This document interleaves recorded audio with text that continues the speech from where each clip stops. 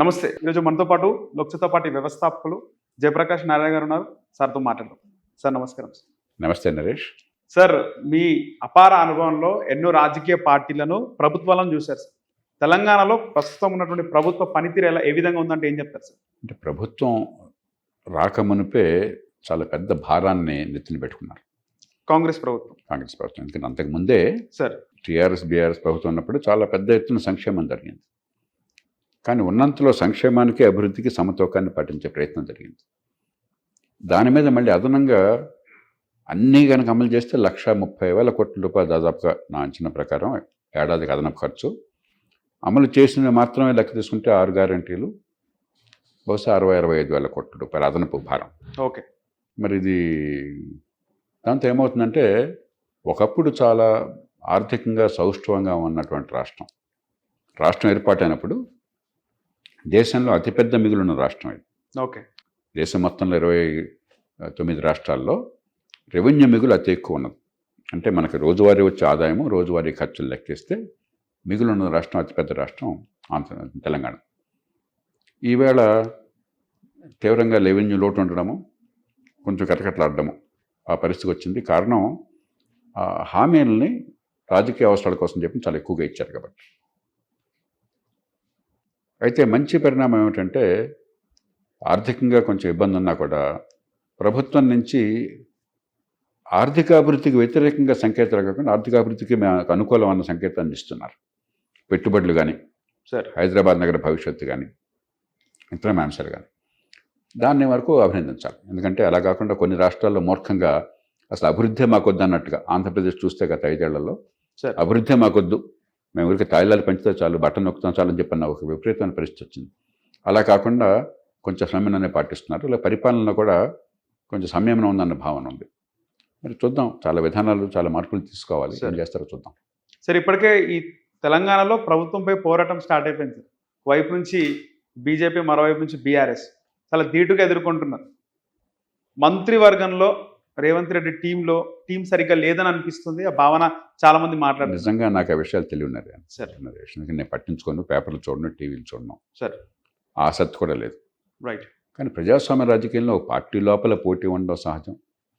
మల్లాగులాలు పడ్డం సంవత్సరంలో కాంగ్రెస్ పార్టీలో ఏంటంటే జాతీయ స్థాయిలో అగ్రనాయకత్వాన్ని శిరసావహించడం, రాష్ట్రాల్లో మరి రకరకాలుగా వర్గాలు, గ్రూపులు, తగాదాలు, పోటీలు ఉంటాయి, అసమ్మతులు ఉంటాయి.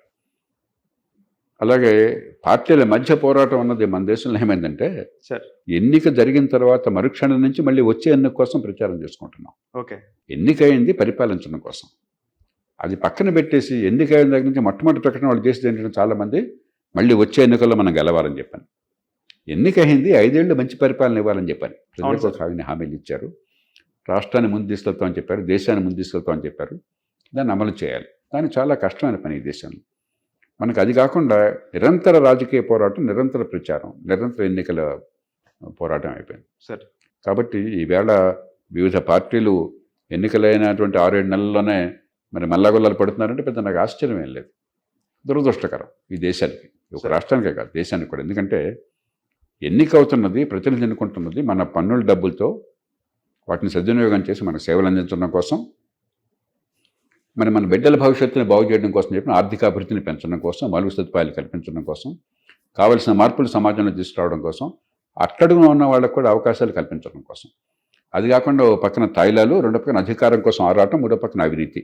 ఇది రాజకీయంగా వచ్చేసింది ఈ దేశంలో. సార్ మీరు అన్నట్టు తాయిలాలు చాలా వరకు ప్రజా శ్రేయస్సు కోసం పథకాలు పెడుతుంటారు సార్. ఇక్కడ 6 గ్యారెంటీలు కూడా అందులోనే పెట్టారు. కానీ సంవత్సరాలుగా పేదరికం మాత్రం పోవట్లేదు సార్. పోదు. ఇప్పుడు ఇది పేదరికం పోవడం కోసం కాదు. తాయిలాలు తాత్కాలిక ఉపశమనం కోసం, ఓకే, ఓటు రాబట్టడం కోసం. పేదరికం ఎప్పుడు పోతుంది? ఆదాయం పెరిగితే, మీ శక్తి పెరిగితే పేదరికం పోతుంది. నెల డబ్బిస్తే పేదరికం ఎట్లా పోతుంది? కాకపోతే ఆ పూట కొంచెం భారం తగ్గుతుంది. ఓకే. ఇది ఒంటికి మలం పోయడం లాంటిది.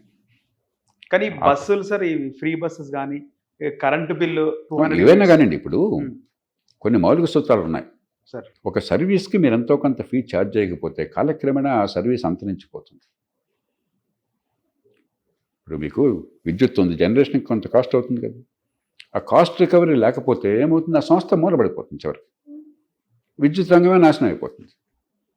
అట్లా టెలిఫోన్ ఉంది, టెలిఫోన్కి ఎంత ఖర్చు అవుతుందో అంత మనం వినియోగదారుల నుంచి రాకపోతే కాలక్రమేణా టెలిఫోన్ నాశనం అయిపోతాయి. అట్లాగే మరి ఆర్టీసీ ఉంది, ఆర్టీసీకి నష్టాలు పెరిగిపోయి మరి వాళ్ళు పెట్టిన ఖర్చు రాకపోతే ఆర్టీసీకి సమర్థంగా పనిచేయాలని కోరుకోవాలి. సార్ బీదలో కొంత రాయితీలు ఇవ్వాలి. కాలక్రమేణా క్షీణించిపోతుంది. మంచినీళ్ళు ఉన్నాయి, ఇప్పుడు మెట్రోపాలిటన్ వాటర్ సప్లై బోర్డు ఉన్నది. ఇప్పుడు 15 ఏళ్ల క్రితమే దాదాపుగా 30 కోట్ల రూపాయలు ప్రతి నెల వాళ్ళకి నిర్వహణ వ్యయంలో లోటు ఉండేది. క్యాపిటల్ కాస్ట్ ఎవరు రాబట్లో కొన్ని వేల కోట్లు ఖర్చు పెట్టినాం కృష్ణ నుంచి గోదావరి నుంచి ఆ ప్రాజెక్టుల కోసం, హైదరాబాద్ నీళ్ళు తేవడం కోసం. అవి పక్కన పెట్టేసిన ఆ వడ్డీలను పక్కన పెట్టినా కూడా పంపు చేయడానికి అయ్యే ఖర్చు ఉంది, ఆ సిబ్బందికి పంపు చేయడానికి ఆ ఖర్చు కూడా రాబట్టలేకపోతున్నారు. ఈ మధ్య అది కూడా తీసి పారేశారు బీఆర్ఎస్ ప్రభుత్వం. మున్సిపల్ ఎన్నికలకు ముందు, కార్పొరేషన్ ఎన్నికలకు ముందు మరి ఏదో ఇంత పరిమితి లోపల అంటే అందరికీ వచ్చేస్తుంది, నాకు కూడా ఫ్రీగా ఇస్తున్నారు. ఎందుకు నేను అడిగానా? ఇక్కడ పాషాకోట్లు ఎవరిని అడిగారా? అవసరమా మాకు ఎవరికన్నా? అవసరం లేదు సార్. కాబట్టి ఫ్రీగా ఇవ్వటం వల్ల ఒకటి బేదరికం పోదు, తాత్కాలికంగా ఉపశమనం తగ్గుతుంది. ఓకే, ఈ ఖర్చు ఒక 5 నెలలు తగ్గిందంటే ఈ నెల తగ్గిందంతే. కానీ బేదరికం ఎప్పుడు పోతుంది? నా శక్తి పెరిగితే, నాకు ఆదాయం పెరిగితే. అవును సార్. తాత్కాలికమైన తాయిలాల వల్ల బేదరికం పోదు, మొట్టమొదటి అర్థం చేసుకోవాలి. సార్ ఉపశమనం ఉంటుంది అంతే. సార్ రెండోది కాలక్రమేణా ఒకటి ఆర్థికంగా ప్రభుత్వం సంకటంలో పడుతుంది. చెప్పాను కదా, 1,16,000 కోట్ల రూపాయలు మిగులు 5 ఏళ్ల కాలంలో ఉందని 14వ ఆర్థిక సంఘం అంచనా వేసింది తెలంగాణకి. దేశంలో అతి ఎక్కువ మిగులు ఉన్నది. ఇవాళ మిగులు లేదు, పాడు లేదు, అంతా లోటే. ఆంధ్రప్రదేశ్ ఒక కారణంగా లోటు ఉంటే తెలంగాణ ఇంకొక కారణంగా. 2 రాష్ట్రాలు ఆర్థికంగా ఇలా చెతికిపోతే ఎట్లాగా? అయితే హైదరాబాద్ నగరం మరి ఇక్కడ ఒక తరగని గని ఒకటి ఉంది కాబట్టి, ఒక కల్పవృక్షం ఉంది కాబట్టి పెద్దగా సంక్షోభం బయటపట్టాల. కానీ ఈ పరిస్థితి రాకూడదు. మరి మూడోది ఏమవుతుంది? ఏ సంస్థలైతే వాటి ద్వారా మనం సబ్సిడీలు ఇస్తున్నామో ఆ సంస్థలు నాశనం అవుతాయి డబ్బులు లేకపోతే. ఖజానా నుంచి డబ్బులు ఇవ్వకపోయి మీ దగ్గర డబ్బులు లేక మరి ఆ సంస్థలు బాగా నడవాలంటే విద్యుత్ బాగా అందాలి, మరి విద్యుత్ సంస్థకి డబ్బులు కావాలి కదా. ఆర్టీసీ బాగా నడవాలి, డబ్బులు కావాలి కదా. మంచినీటి డబ్బులు కావాలి కదా. మురుగునీటి పారుదల డబ్బులు కావాలి కదా. వరద నీటి పారుదల, వర్షం వస్తే వరదలు రాకుండా డబ్బులు కావాలి కదా. కాబట్టి ఇది తాత్కాలికంగా ప్రజల్ని తృప్తిపరచి తాయిలాలు ఇచ్చి వశం చేసుకుని ఓట్లు పొందడం కోసం తప్ప అభివృద్ధికి ఇది మార్గం కాదు. ఇది అసలు వద్దని అంటలా, నేను చెప్పేది సమతూకం కావాలంటున్నాం. పేదరిక ఉన్న సమాజంలో, ప్రజాస్వామ్యంలో అసలు ఏమీ ప్రజల్ని వచ్చి తాత్కాలికమైన తాయిలాలు ఇవ్వమని చెప్పంటే ఓట్లు పడవు, అది నిజం. కాబట్టి మనం అతిగా వెళ్ళేసి అసలు తాత్కాలికమైన ఏమీ చేయొద్దన్నా కూడా ధర్మం కాదు. తాత్కాలికం అంటే వ్యక్తిగతమైనది, తాత్కాలికమైనది. అభివృద్ధి అంటే సామూహికమైనది, దీర్ఘకాలికమైనది. అవును సార్. ఈ రెంటిని సమతూకం పాటించాలి. గత ప్రభుత్వం కొంతమేరకు సమతూకాన్ని ప్రయత్నం చేసింది. కొన్ని రాష్ట్రాలు పనిచేస్తున్నాయి, కొన్ని రాష్ట్రాలు చేయటం లేదు.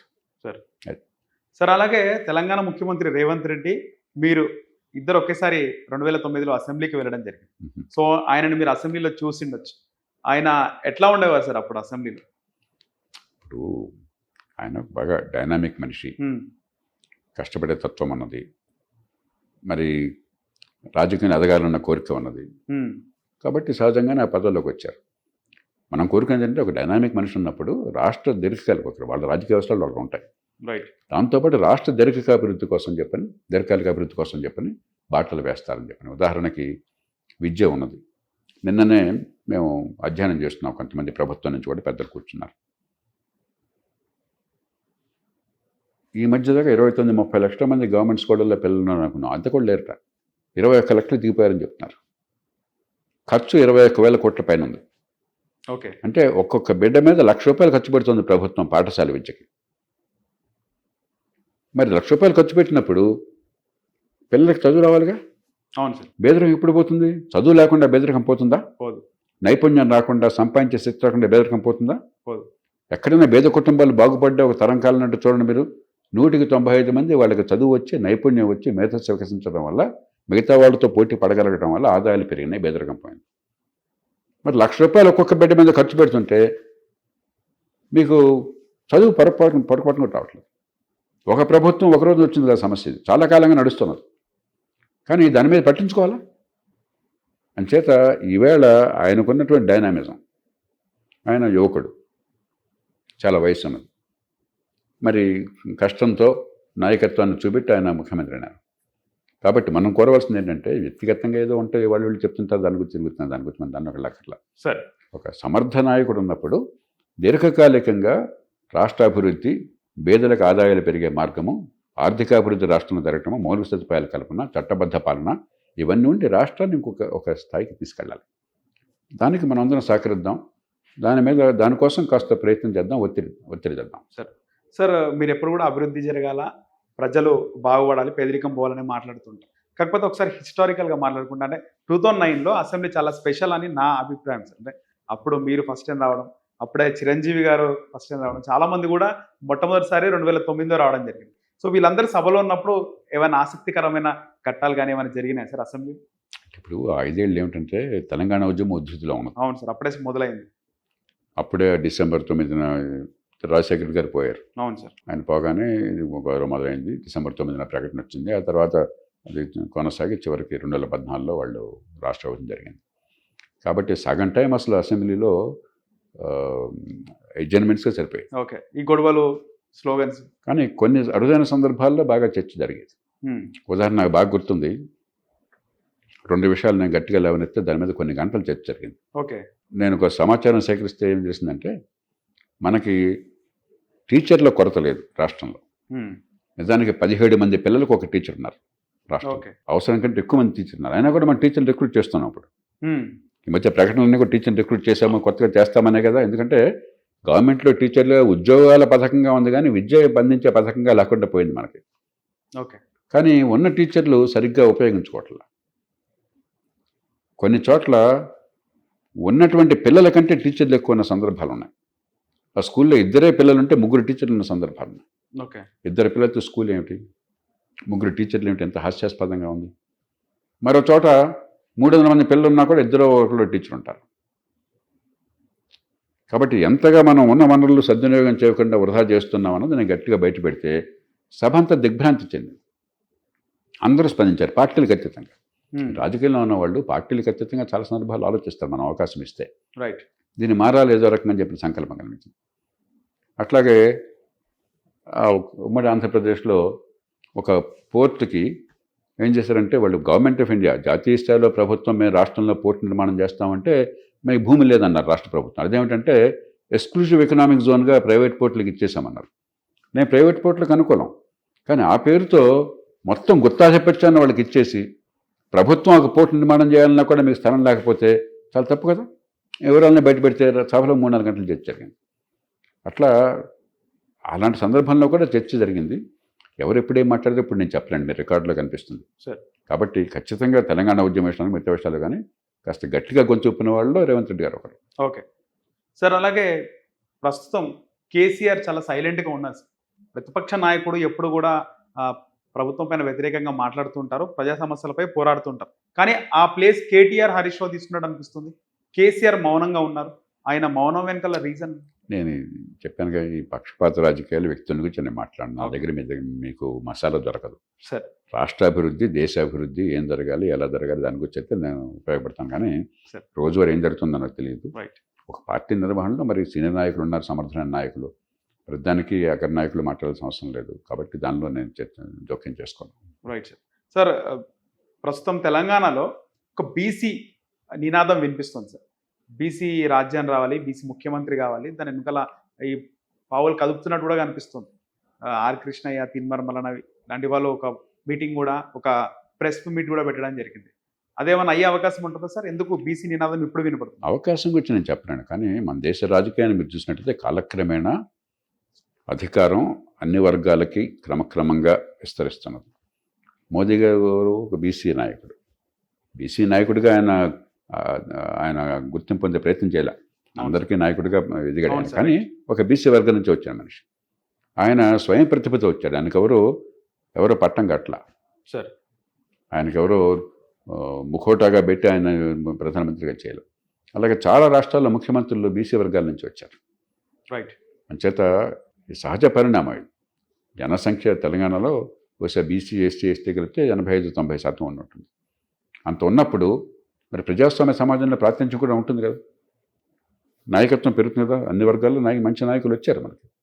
కాబట్టి అధికారం విషయంలో ఇది కేవలం కొన్ని వర్గాలకి, కొన్ని కులాలకి, కొన్ని కుటుంబాలకి మాత్రమే అన్నది సరైనది కాదు కదా. అంచేత ఆ మేరకు ప్రజాస్వామ్యంలో ఇది సహజమైనటువంటి పరిణామం. మరి మంచి నాయకత్వం వచ్చినప్పుడు అలాంటి వాళ్ళకి పార్టీలు అవకాశం ఇవ్వాలి. పార్టీలో అంతర్గత ప్రజాస్వామ్యం రావాలి. కీలకమైన విషయం అది. పార్టీలు ఇవాళ ప్రైవేట్ ఆస్తులుగా తయారైంది. కొందరు Okay. వ్యక్తుల లేక కొన్ని కుటుంబాల ప్రైవేట్ ఆస్తులుగా తయారైనాయి. చాలా మేరకు 1-2 పార్టీలు మినహాయిస్తాయి.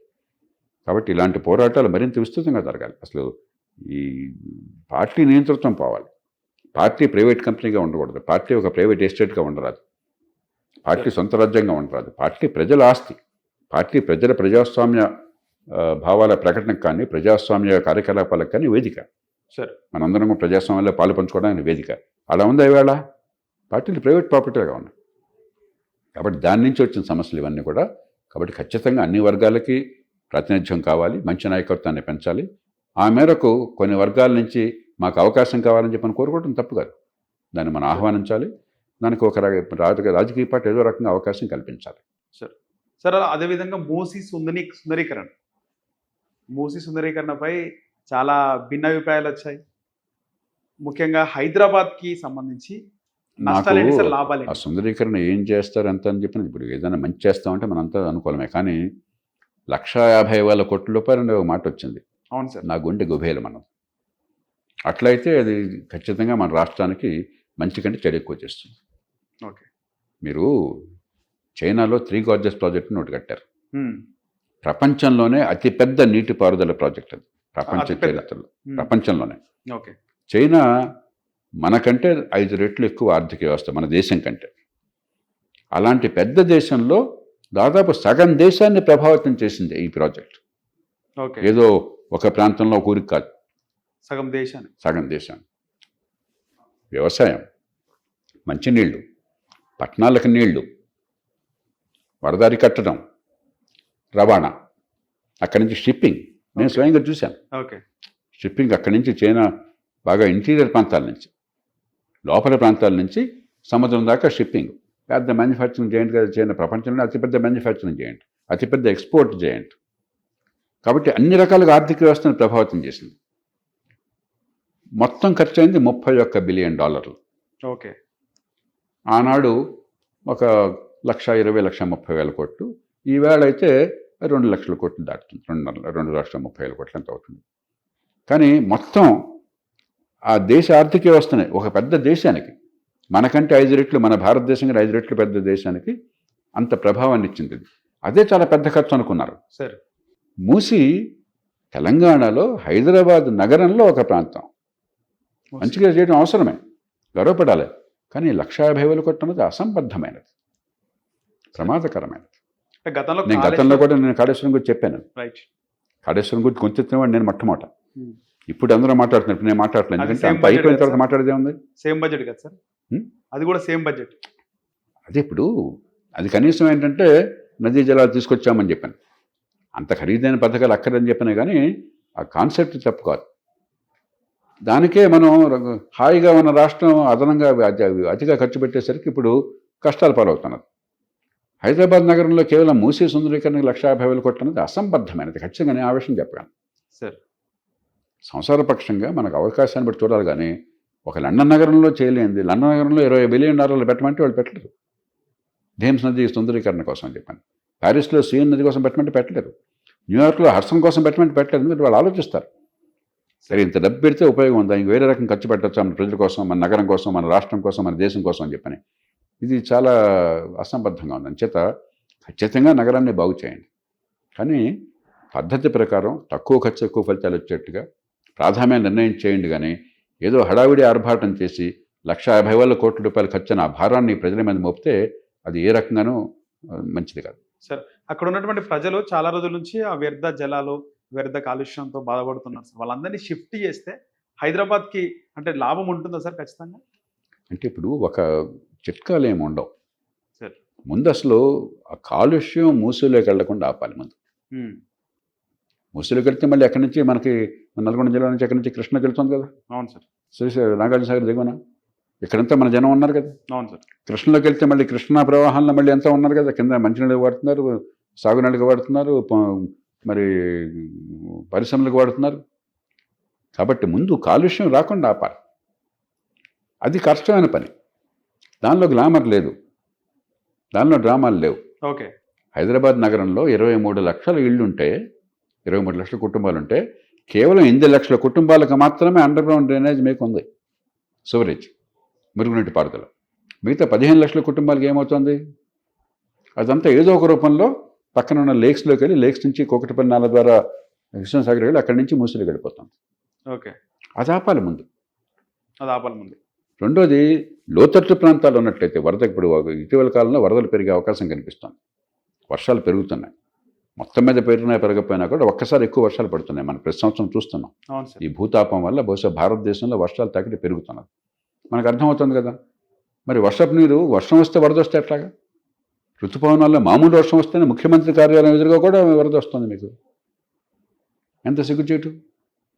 కాబట్టి వరద నీటి పారుదల సరిగ్గా ఉండాలి, స్టామ్ వాటర్ డ్రైనేజ్ సరిగ్గా ఉండాలి. సరే. అలాగే మంచినీళ్ళు సరిగ్గా అందే ఏర్పాట్లు చేయాలి. ఆ లోతట్టు ప్రాంతాల్లో ఉన్న వాళ్ళని ఖచ్చితంగా వరదకు ఊరే ప్రాంతం అనుకోండి, కాంటూర్ సర్వే చేయాలి. మొట్టమొదటి కాంటూర్ సర్వే చేయండి హైదరాబాద్ నగరంలో. లేక ఏ స్థలం ఏ ఎత్తున ఉందని చెప్పనేది ఇంతవరకు కాంటూర్ సర్వే జరగలేదు అసలు నగరానికి.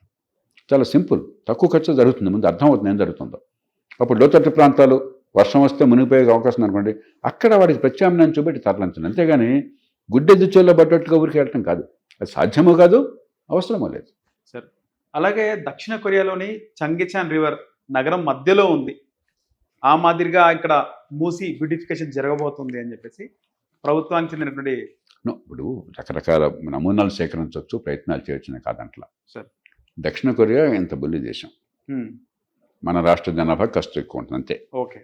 దక్షిణ కొరియా ఒకసారి జీడిపి ఎంత చూడమనండి, దక్షిణ కొరియా ఆర్థికంగా ఎంత ఉందో చూడమనండి, దక్షిణ కొరియాలో విద్య ఎలా ఉందో చూడమనండి, ఆరోగ్యం ఎట్లా ఉందో చూడమనండి, పబ్లిక్ ట్రాన్స్పోర్ట్ ఎట్లా ఉందో చూడమనండి ఒకసారి. పబ్లిక్ ట్రాన్స్పోర్ట్ ఎంత క్రమబద్ధంగా 5 గంటలకి పొద్దున్న బస్సు బయలుదేరుతున్న ఫలానా చోట్ల కరెక్ట్గా 5 గంటలకి బస్సు ఉంటుంది అక్కడ, ఒక్క సెకండ్ లేట్ కాకుండా. ఓకే. ఆ బస్సు మిస్ అయ్యామంటే 5:15కి మళ్ళీ బస్సు ఉంటుంది అక్కడ. ఓకే. అంచేత మనం ఏదో ఒకటి చూసి దాన్ని అనుకరించడం కాదు, ఆర్థికంగా ముందు పెంచండి, ప్రజల సౌకర్యాలు పెంచండి. అప్పుడు మనకు ఉన్నటువంటి అవకాశాలను బట్టి, మనకున్న డబ్బుల్ని బట్టి సుందరీకరణ కోసం చేద్దాం, వద్దని అంట్లా. ఉదాహరణకి అక్కడ బ్రిడ్జ్ కట్టారు ఒకటి, దుర్గం చెరువు మీద, అందంగా బ్రిడ్జ్, అందంగా ఉంది. బోస్టన్లో బ్రిడ్జ్ ఎట్లా ఉంటుంది అలా చూడగానే అలా అనిపిస్తుంది, నా సంతోషం. హైటెక్ సిటీ లేకపోతే ఫైనాన్షియల్ సిటీ చాలా అందమైన కట్టడాలు వచ్చినాయి, చూస్తే మనం ఎక్కడున్నామో తెలియదు.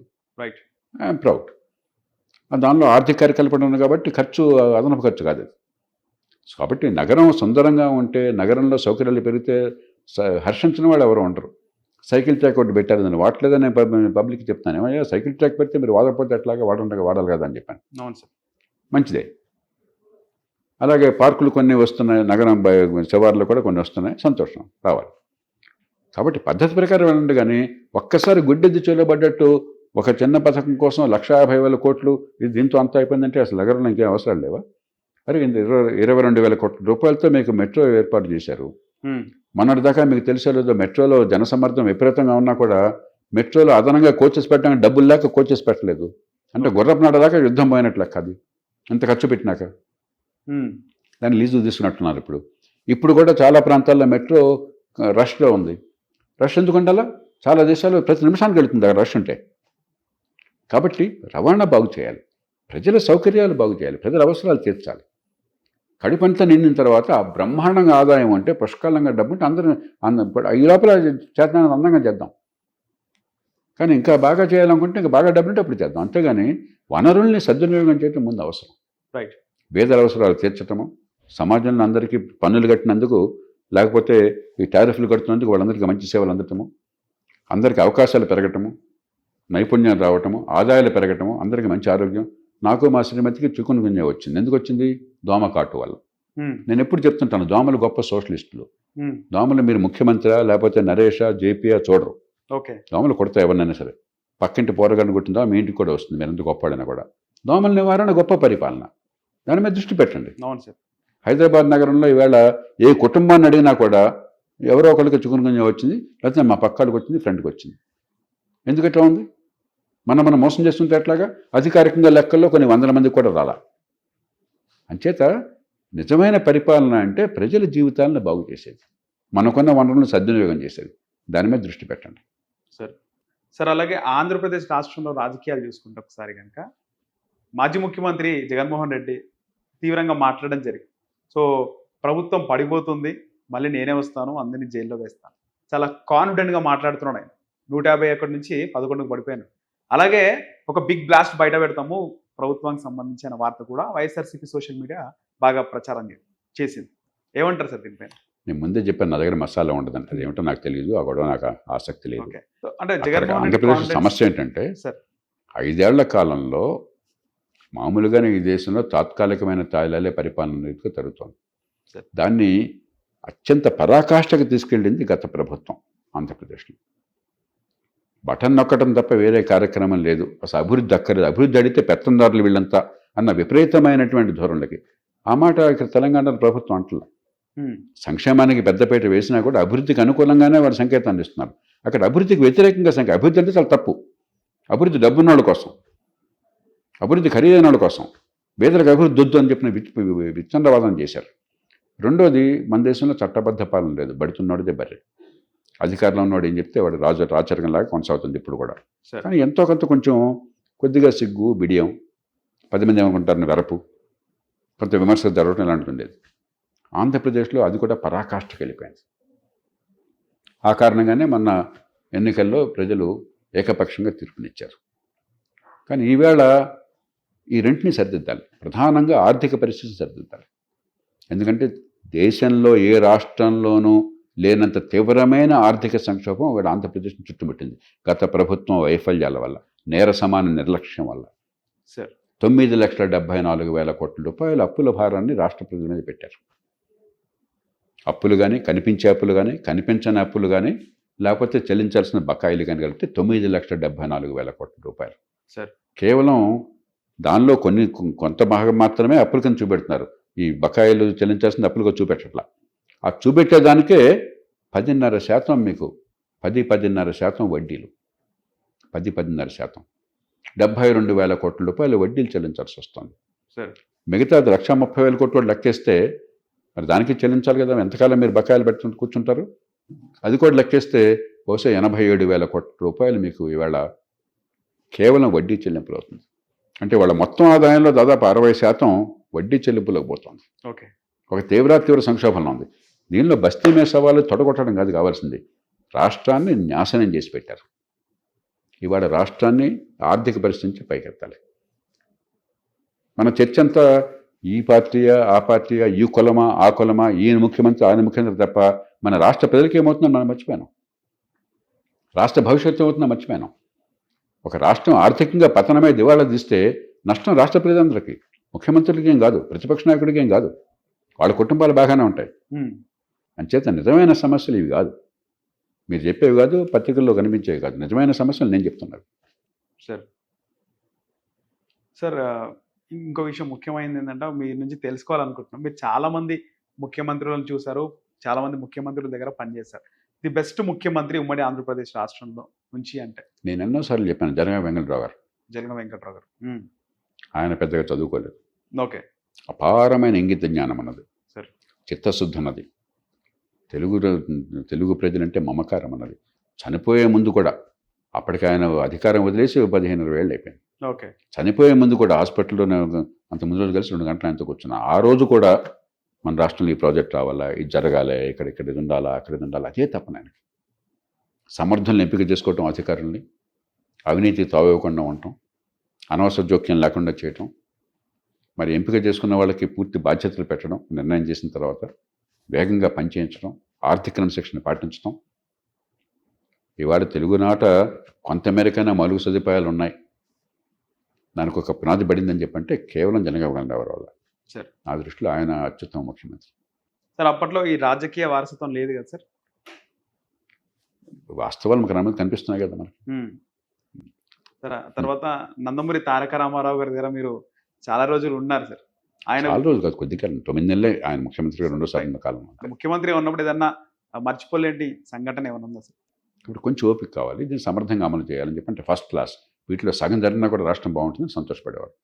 ఆ పూటకి అమ్మాయిని ఊపిరి పీల్చుకునేవాళ్ళం. ఓకే. మళ్ళీ మర్నాడు పొద్దున్న 4:30కి మళ్ళీ చెప్పేసారి రాష్ట్రం నాశనం అయిపోతుంది ఆర్థికంగా. ఇంకా ఇలా అయితే చాలా కష్టం. ఇవి ఏం చేయాలి మళ్ళీ అంటే ఆయనకి అంత తపన నిద్ర పట్టే కదా ఆయనకి. సార్ రాష్ట్ర సమస్యను తన సమస్యగా భావించిన మనిషి, ఒక్క రూపాయి కూడా ప్రజాధనాన్ని సొంతంగా వాడుకునే మనిషి, ముఖ్యమంత్రి కార్యాలయం కోసం డబ్బు ఖర్చు పెట్టలే ఆయన. Okay sir. ఎక్కడ ఉండదు సార్ ఆయన కార్యాలయం? ఆఫీస్కి వెళ్తే ఆ జీ బ్లాక్ పాత ఓల్డ్ జీడ్ ఏదో అంటారు ఆ బ్లాక్లో ఉండేది. అక్కడ Right. వెళ్ళినప్పుడు నేను బలవంతంగా ఆయన నొప్పించి 10,000 ఖర్చు పెట్టాను ఫ్లోరింగ్ కోసం. ఓకే. ఎందుకంటే మరి అక్కడ ఈ కోకోనట్ దీంతో పాతది ఎప్పుడు 50 ఏళ్ల క్రితం ఉంటే దాని కింద దుమ్ము ధూళి ఇన్సెక్ట్స్ అన్నీ ఉండి మాకు బాగా ఆయనకి నాకు మా అందరికి కూడా జలుబు. ఎలర్జీ వచ్చేది. ఓకే. అదొక్కటి తీయించేసి వెనల్ ఫ్లోరింగ్ ఇచ్చి అదొక్కటే ఖర్చు. ఆ రోజుల్లో 10,000 20,000 అయింది అంతే. కారు కావాలంటే ఆయన కారు పికప్ బాగోలేదు, మరి స్లోగా వెళుతోంది, మరి సెక్యూరిటీ కష్టం అవుతుంది కొన్ని సందర్భాలు. మన థ్రెట్స్ ఉంటాయి కదా ముఖ్యమంత్రి అన్న తర్వాత ఆ రోజుల్లో ఎస్కార్ట్ వాహనం. అవి ఉన్నాయి కదా. మరి పికప్ లేదు, కారు మార్చాలని చెప్పి ఆ రోజుల్లో కారు మార్చాలంటే అంబాసిడర్ కారు డీలర్స్ కారు 2 లక్షల రూపాయలు. కానీ జయప్రకాష్ గారు డబ్బులు వేస్ట్, ఇప్పుడే ఖజానా ఖాళీగా ఉంది, కొంచెం రిపేర్ చేస్తే పోలా అని రిపేర్ చేయించారు. మీరు ఊహించగలరా అది? ముఖ్యమంత్రి, అంత ప్రజాదరణ ఉన్న ముఖ్యమంత్రి అవును సార్. ఈవేళ లింగులింగమంటూ చిన్న పదవుల్లో ఉంటే, అది గుర్తించని పదవుల్లో ఉంటే వాళ్ళు ఇంతంత పెద్దది బోర్డు వేసుకు తిరుగుతున్నారు. అవును సార్.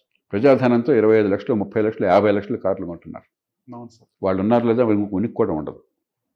కాబట్టి ఆయన ఒక అసాధారణమైన వ్యక్తి. ఇంకా ఆయన పొద్దున్నే 4:30కి రెగ్యులర్గా ఉండేవారు సార్ అక్కడ? ప్రతిరోజు పదవి పోయిన రోజున కూడా సార్ అక్కడ ఆయనకి అసలు క్రమశిక్షణకు మారిపోయారు, కష్టానికి క్రమశిక్షణకి మారిపోయారు. Right sir. ధన్యవాదాలు సార్. రైట్.